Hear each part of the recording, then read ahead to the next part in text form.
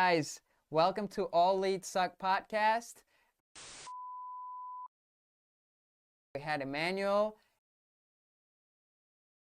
I think when you're an investor, whether you're or an entrepreneur, business leader, you can't just think about like, all right, what's working now? You have to be open to having that vision, to seeing how things are going to be changing over the next 3 to 7 years. Right. Because it's very easy to get stuck in something just because it's working well in this moment, but it doesn't mean it's always going to continue working well.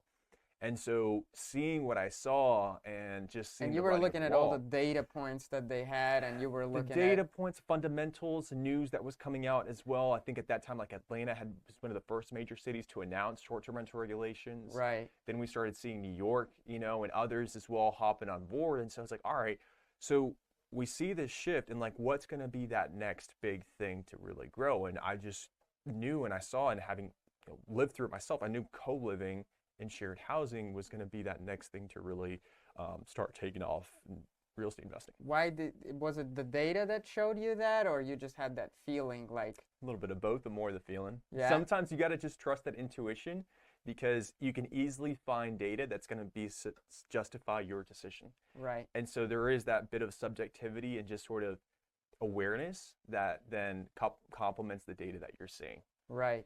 It seems like everything you've been doing prior to getting with PadSplit was basically laying you up and preparing you for the role that you're in right now. Yes, man. It's like there were so many struggles and so many pivots and so many changes along the way, but like reflecting back on it in hindsight, it was like God just putting me on this path that was meant to getting me to where I am today. And it's like, I can't change my past. I can't change the fact that I grew up the way I did, but what I can do, I can now at least be able to change the future and change the impact that others can have and people in a local community. Use those skills that you've gained along the way. Exactly, man. Using my story to empower others in their story. So how did you get involved with PadSplit? Who hooked you up? Yeah, crazy story, man. So I first heard about PadSplit and tell people, because some people might not even know what PadSplit is. We talk about co-living. Just give a brief description of what it is. 15 minutes into this. 15 minutes into the conversation. Yeah, so PadSplit,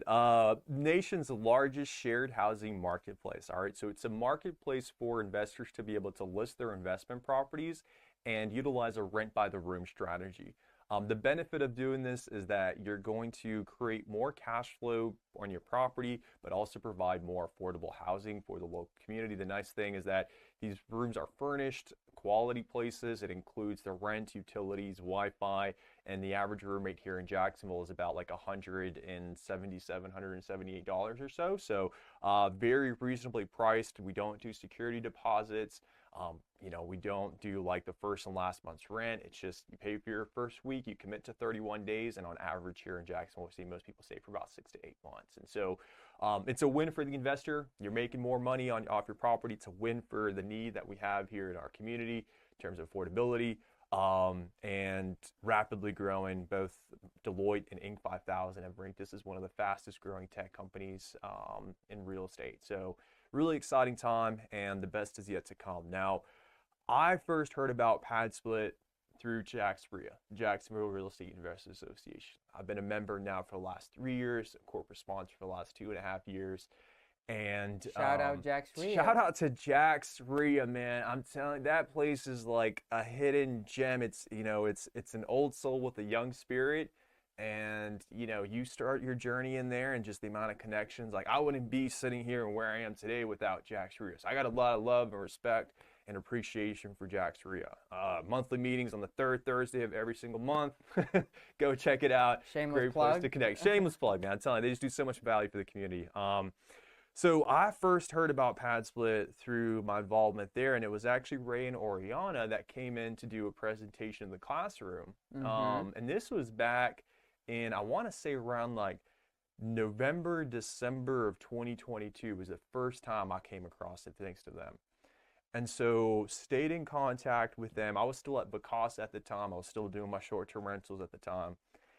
And there was then a panel event that I was invited to in February of 2023. And so this panel event was about, it was like increasing revenue through interior design or something like that.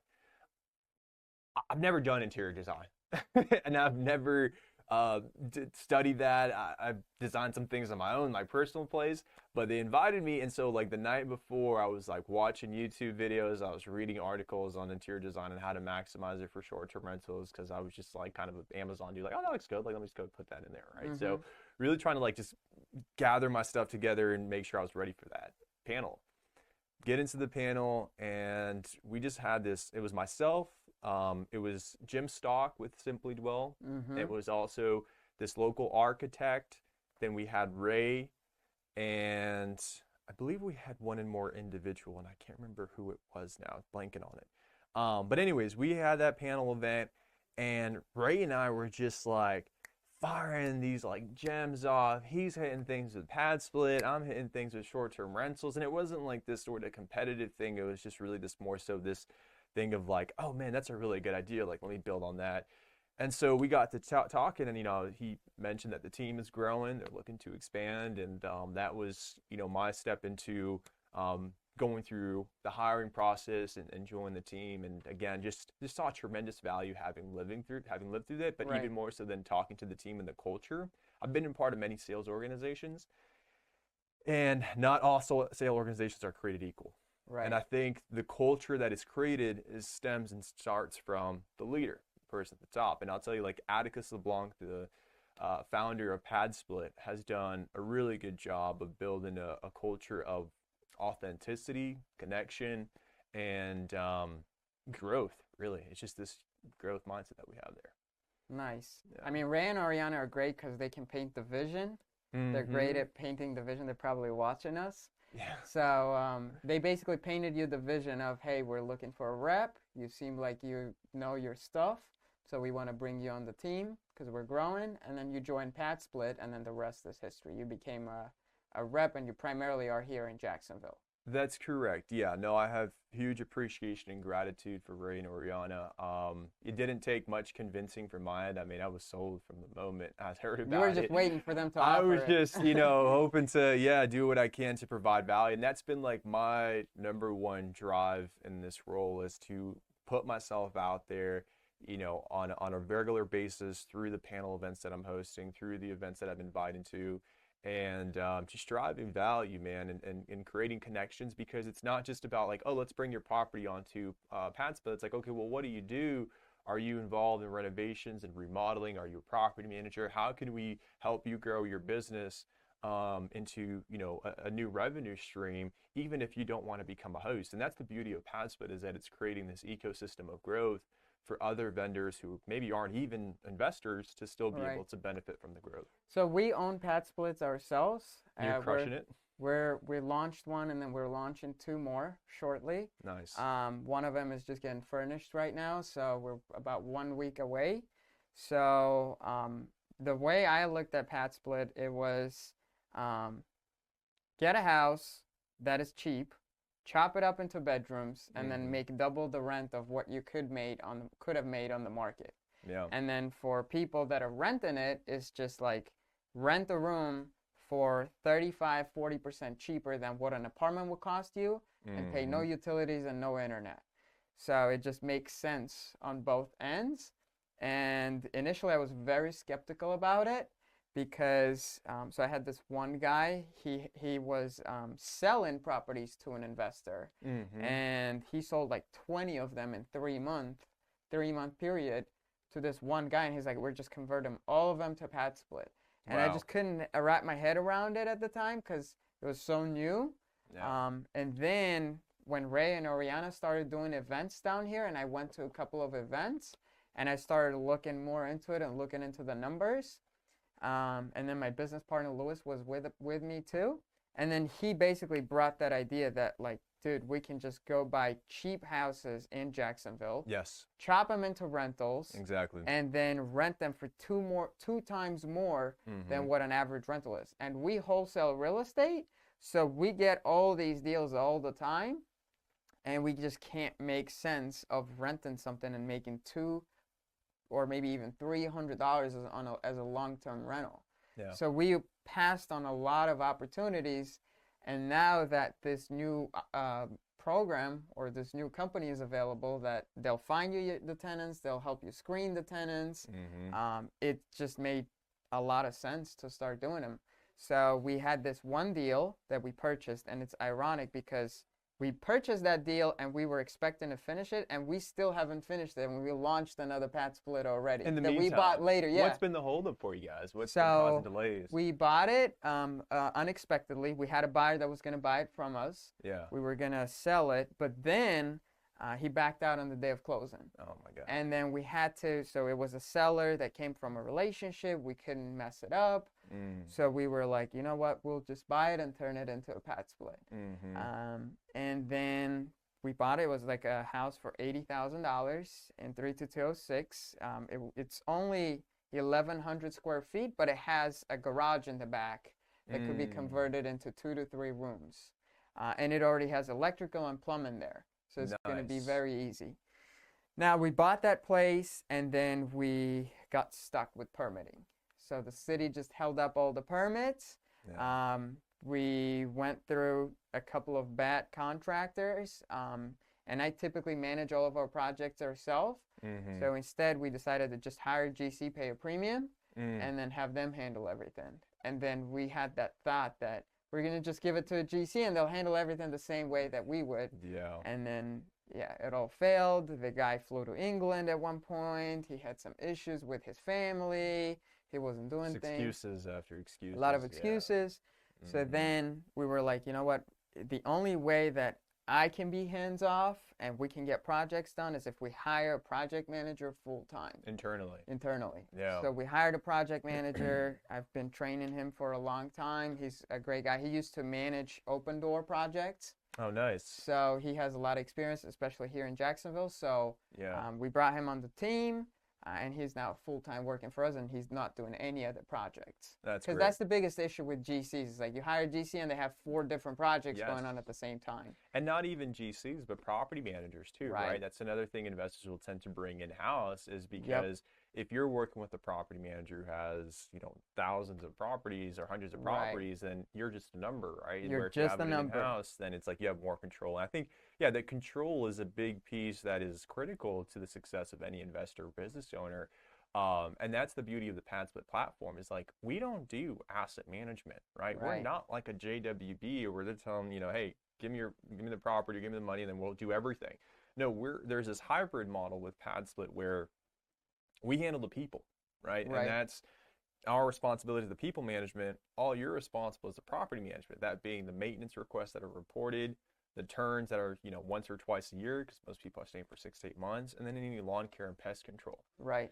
So, that level of involvement, right, it's not overwhelming. So that's why we are having some hosts who are deciding to self-manage and deciding to do that on their own, and then maybe they have their own cleaning team, right, that they're using, and it gives them the power of like what Airbnb platform offers, but serving now an untapped demographic, and to your point, also creating opportunities out of deals or properties that maybe wouldn't be a good fit for short-term rentals or are not going to really cash flow as a long-term rental. And now this is just another exit strategy. Right.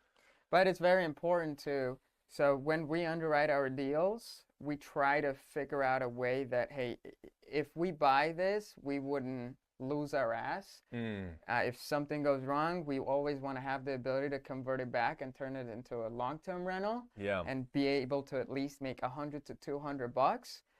However, there's no need to do it if you are turning it into a PadSplit.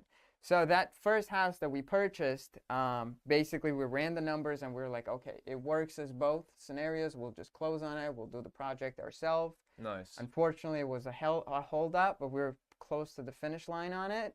And then after we bought that, we started coming across other opportunities. And we're like, okay, this one doesn't actually need that much work. We can buy it, finish it. So we bought another one. And then we turned it over in like 3-4 months. That one also had so it had foundation issues, so we've replaced the whole That was the one in foundation. Brentwood that you had like an Yes. open PadSplit Yes, house. we did an Yeah. open PadSplit house there, so we showed everybody what we did. I remember that, And man. Thank you for doing that. It's just like so impressed and grateful you did that. That was like out of your own desire. You had nothing to gain out of it. It was just like no. wanting to show. And like we've had And we're gonna do the multiple same with hosts everyone, with every PadSplit that who've done we that, finished. man. That's Yeah, freaking awesome. Like, thank you. yeah. Like, I guess we started a and if you movement. need any PadSplit swag, man, hit me up. I happily send it your way, Yeah. man. Yeah. But talk to me. So I want to hear because like that first PadSplit is the one that people are just like standing over the edge and they're so nervous to take that leap. And I'm there really to instill that trust in them and instill that support. But like, talk to me about your first PadSplit experience. How was that? And like, did you make any mistakes along the way that you wish you would have known then that you know now going with that experience? That's a great question. So basically, with PadSplit, if you have been a short-term host, like an Airbnb host or a VRBO host, you pretty much have everything down. The only thing you're changing is maybe you're not making it as cute and nice. You're putting the basic necessities, although we still put art in all of our rooms. It's a nice touch. Yeah, we still put mini fridges, the end tables, the extra chargers, everything we can do to make it stand out a little more. Yeah. Because I own 2 Airbnbs myself, and I know that if your listing doesn't stand out, first, like, you can do so much with the pictures, right? If you don't have those things in the room, you can't just make them up. So you want to first have professional photos, but you also want to have stuff in the room that will make it stand out so that it's worth taking the professional photos. Exactly. So we just try to go above and beyond and make it a very attractive listing that would stand out from everybody else. As far as mistakes, I don't think we've made any mistakes other than not putting colored plates and cups in there. Okay. So that's the only thing I changed, but everything else was, I think we've done a great job. It was an easy conversion. It was a shotgun house, so it's very easy. Ideal. Like you have rooms on the left and rooms on the right, and you just have a hallway right down the middle. Yep. So it made it very simple to flip it around. Yeah. For those watching, the colored plates and the colored like utensils, so the reason you'd want to do that, right, is so that way it's assigned to the room, and then you have like little numbers on the kitchen and cabinets. They don't mix them up. Yeah, and I've heard. So I talked with Kat. I think you know Kat Crawford, the local property manager, Kat Crawford. Oh, okay. She's one of the leading ones here in Northeast Florida, and she mentioned that to put those plates in the actual rooms that they're assigned to, rather than putting in like the cabinets. That way they know when they first move in, okay, that is my stuff, and it's in the room there, and they know. And I think there's even now ways you can like just you can put like a little label like on it, like underneath, like 1, 2, 3 on the actual plates and stuff like that themselves. But there's like just little things like that a growth team member like myself or Ray or Rihanna or anyone else on the team can help make sure that they're set up for success, because there's these little details that you overlook or overthink that we can help make sure you're aware of. Because the overall construction and everything else is the same as just creating a regular rental. The only thing is you're just eliminating any living spaces, any common areas or anything like that. Yeah. And you're just adding extra bedrooms. So it's the same construction, same concepts, nothing changes. And then if you've done furnished rentals, you already know, hey, I got to get the furniture, got to get the mattresses, got to get the end tables and all that One stuff. of the things that I'm doing in my PadSplit that now I'm encouraging other hosts to do is like putting motion detection hallway lights in areas where you do have hallways. It just kicks right on. It's hardwired. There's no switch to it. And that way it eliminates the potential dispute of like, oh, this person keeps leaving the light on, in the evenings or something like that. And so it only stays on for 30 seconds. So I'm doing that. And then... That's a smart idea. I'm going to steal that from Go for it. That's my shirt. Steal it with pride, man. And then in the bathrooms, I'm including like the commercial grade soap dispensers, so I have that installed there because it holds a lot more soap. Right. And also my cleaner gets in there, just tops it right off and fills it up. And so I'm providing soap. I'm also providing toilet paper because I'm on a septic system. Okay, so Right. I'm not trying to run that risk of people not using toilet paper flushing down God knows what down So there. So tell me about this house that you purchased. First of yeah. all, how did you find the house? Hmm. And then you obviously had some kind of a budget going into it. Correct. First, how did you determine it was going to be a good pad split? Sure. And then are you gonna go over the budget that you anticipated or not? Yeah. So I found the home actually it was on market Okay. and it had been originally listed like it's in the 32210 area code right out in the Cedar Hills area. Mm-hmm. Where kind of that Winn-Dixie and Planet Fitness is. Yep. So I found it on market. It was through a realtor who had served other clients who I have personally worked with, and so he's an investor himself. He understands PadSplit, and I told him what I You was want to looking give him for a at the shout time. out? Yeah, man, CJ Noble over at Nomad Realty. Just Okay. incredible, great communication, provided guidance for me throughout that process that I found very helpful that I wasn't aware of. And so I was looking for a very specific kind of deal. And it was one that had an ADU because I wanted two separate dwelling units, right? Mm-hmm. I think, when I was kind of thinking through this, I was like, all right, I think that's going to lead to a greater member experience and overall less tenure, still getting to that, seven, or actually it's going to be 8 bedroom count, but it's going to be now two separate units that have their own separate living spaces. And so had walked a couple other properties in the area, put in a couple offers, didn't get it. This one came around. Originally, it was listed at 259, way overpriced. It was ridiculous, and it had been on the market since like January. And this was April timeframe that we kind of first came across it. Started the communication with the Buyer's sellers.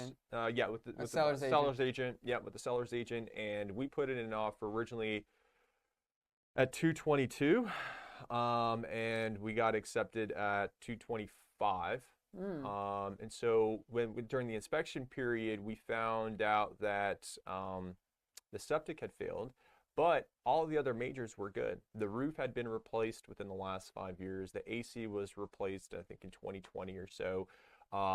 The water heaters were no good, but the sellers did say they were willing to replace that at closing, so that was good. And they just took really good care of the home.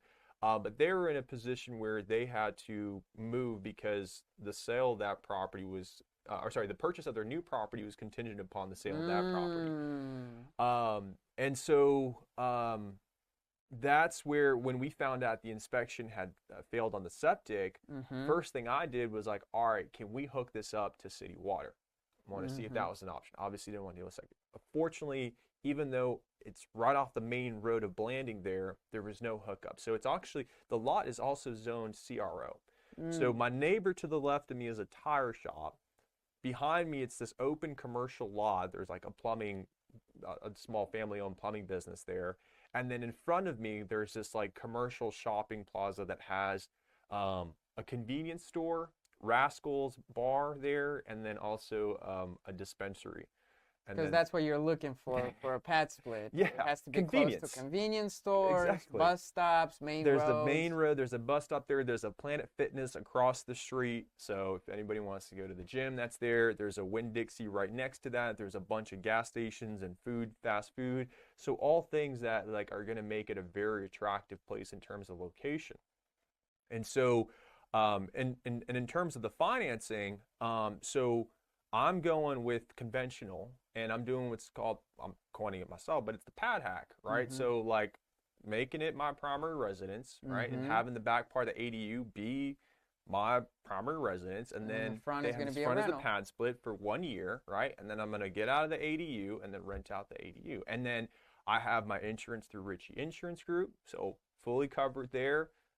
Insurance is, they are aware that this is what it's going to be. Yep. And so lender's happy. I was very communicative throughout this process, right? I think communication is key. What's the rate that you got on it? I was 6.6.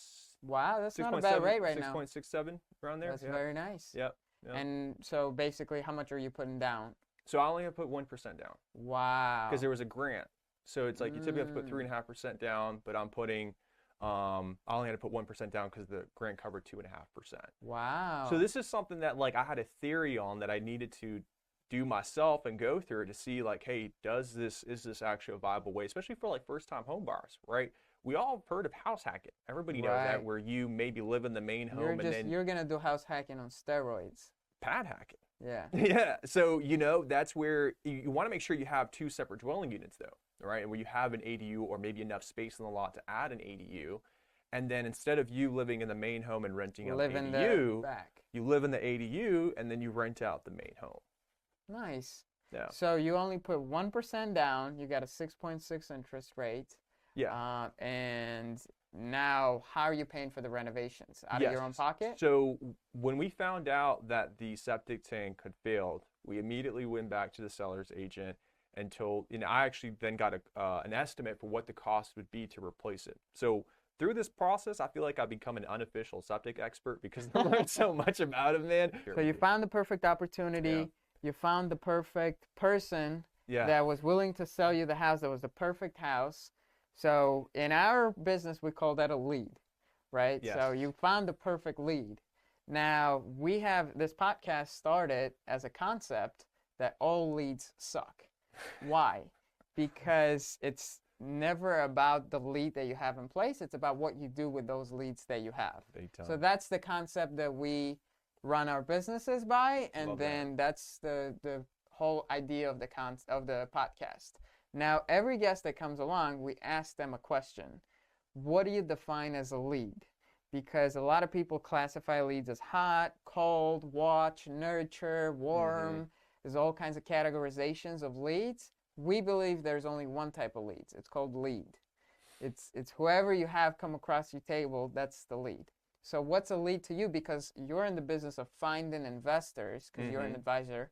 Now you're an investor yourself too, but your primary business is finding other investors that will be buying a house and converting them into a PadSplit, right? So how do you find those people, and then how do you define a lead for your line of business? Sure. So a lead to me, and really in any line of business, is someone who has a problem. Okay. And you are that conduit to getting them to that solution.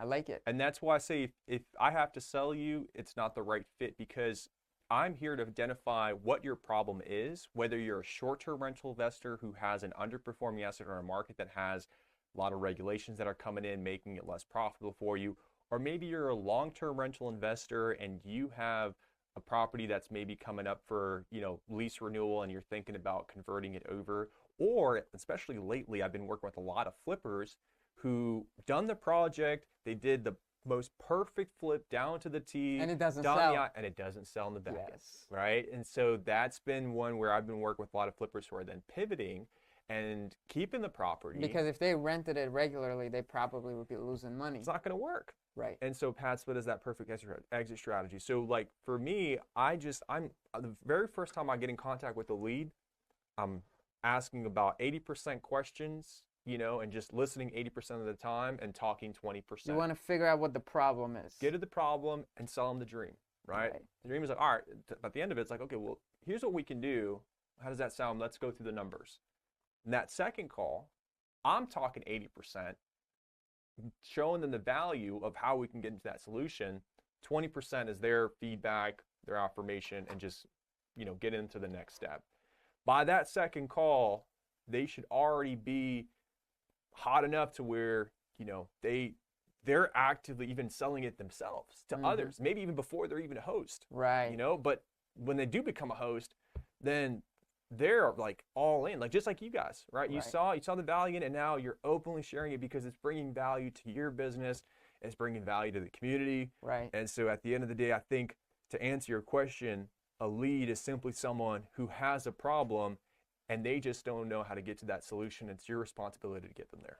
I love it. I mean, I would definitely agree, because basically we are not in our business, we're not in the business of finding houses or buying houses. We're in the business of finding problems.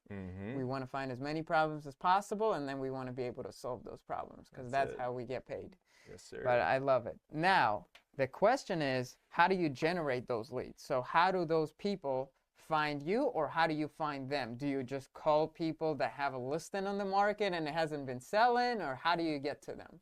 Yeah, so I mean, that's where we're fortunate as an organization to be one of the only options for room rental. So like there's not really any other alternatives other than doing it on your own, which can be a massive headache trying to self-manage, Right. especially if you're doing at scale. So I can't really take all credit for that. I will say that PadSplit has an incredible marketing team that is able to, generate demand. But I will say I've been also getting a lot of opportunities. Majority of my opportunities simply just come through referrals. Wow. Like I'd say a large, maybe like 70%, because I'm getting out there, and it's not just about like trying to find the most perfect algorithm or the most perfect data, whatever, dude. Sometimes just like showing up and showing face, And especially you're here on the boots on the ground. Like yeah, you just came back from an appointment with another guy that's trying to do a PadSplit, and exactly, like you'd go man. meet But them face to events, face. yeah, Yeah, it's face to amazing. face, I think that's humanizing the sale. Now I'm curious because when I started just doing research on PadSplit and I typed in like rooms for rent or something like that, Mm-hmm. I got other websites that would show up as like Roomies, I think was one of them. Yes. Mm-hmm. But it almost felt to me like PadSplit owns that company too, and they advertise on their platform. Is that the case? So Roomies, Roomster, Zumter, there's about 60 plus listing services. Okay. And that's all they are. They are just a listing service. They're not a platform. They will generate the leads for you and they will send you the people, but then it's on you as the owner to handle the lease agreements, to handle the payment collection, to manage the people in there, to do the screenings. So they're like Zillow. They're just a Zillow for room rentals. Now, what we do cross-channel listings. So when you list your property on PadSplit, we'll automatically distribute your listing across those 60 plus channels to maximize. I was going to ask because the reason I thought that is because the same exact room with the same exact description was also on the other platform. And I'm like, I don't believe that they allow you to cross-post on different platforms, but I wonder if they own these companies We themselves. don't own them, but we do have a proprietary system in place that allows us to distribute all your listing across all those channels. Wow, that's with amazing. a click of a button. That's very smart Yeah. because then you can find tenants, like whether they go on PadSplit's website or another website, and then those inquiries, like somebody said, I want to rent this room on Roomy, then how does it go to PadSplit, and then PadSplit has to take that inquiry in and then show it to the host, or how does that work? Yeah, so that is where essentially it's going to be linked to your PadSplit listing. And so, that is not something that we will actively communicate to. They have to go through the PadSplit listing. But again, it's at least going to show them that it's there, and then they can from there direct it to and go book it on PadSplit. through PadSplit. Like we are an aggregator for demand, right? We are able to find these individuals who are looking for rooms to rent and funnel them into PadSplit. Like just in the last 30 days here in Jacksonville, we've had over 13,000 searches. And this is something that prospective investors can actually keep track on and see how specific zip codes are performing just by creating a free PadSplit host account. You don't even have to commit to listing a property, but by creating that account, you still gain access to the demand data, the occupancy rate data for a zip code, the pricing data, and then also the fill rate data. How quickly are those zip codes filling? Because what I did is when we created the account, we would just go scroll through the different rooms that they had for rent. Oh, but see, that only shows you available ones. Right, but so what we would do is, so we would look at those and then we would make educated assumptions as to, okay, this is a house, it has 6 rooms, but 1 is available, so 1 out of 6 is available, that means they're probably staying busy, and then we would make an educated assumption of what the other ones are renting for, because if basically they had something advertised for $160, then we assumed that, okay, the other one's probably rented for that price, and then this one that's available is an indicator of the price of the other ones. And that's a good strategy to do. Like, so using that zip code map that I was telling you that shows you all of the data as a host, but then using that search functionality to get real granular down to like the street level, because that zip code map is very general. And I was actually having a discussion with another client who was looking at a property in 08, and 08's a pretty large size zip code, and we then, the numbers were okay, they were good. There's parts of 08. But yeah, there's parts of 08 that do better than others. And so that's when we did the strategy that you did, where you searched as if we were looking for a room and looked specifically in that area where he was looking to buy this property for PadSplit. And there was only one other property within that radius there, and it only had 1 room that was available because he was, again, his property was in a very desirable part where there was right across the street, like a Save-A-Lot or something like that. There was some kind of grocery store. There was some fast food. And I told him, I was like, we can't just look at the zip code level data. We got to look at like street level data. Right. And we have internal reports and tools that like we can use internally and we can pull when we're working with clients to see that. But like if you wanted to do it on your own, the best way is just as if you're searching for a room.